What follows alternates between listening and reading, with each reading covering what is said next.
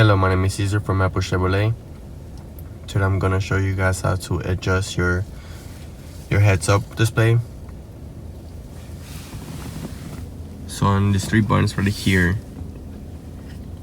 for the H, U, D, that would be to move it around if you want it up or down.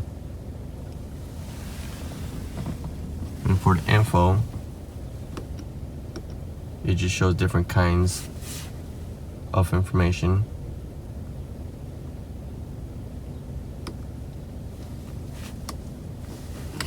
And you can also show a speedometer, and I'll show you guys how to edit that.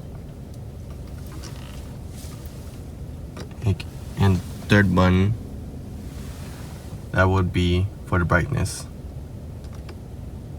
Down will be for it to get dim, and up will be for a little brighter. And that's about it. Thank you for watching.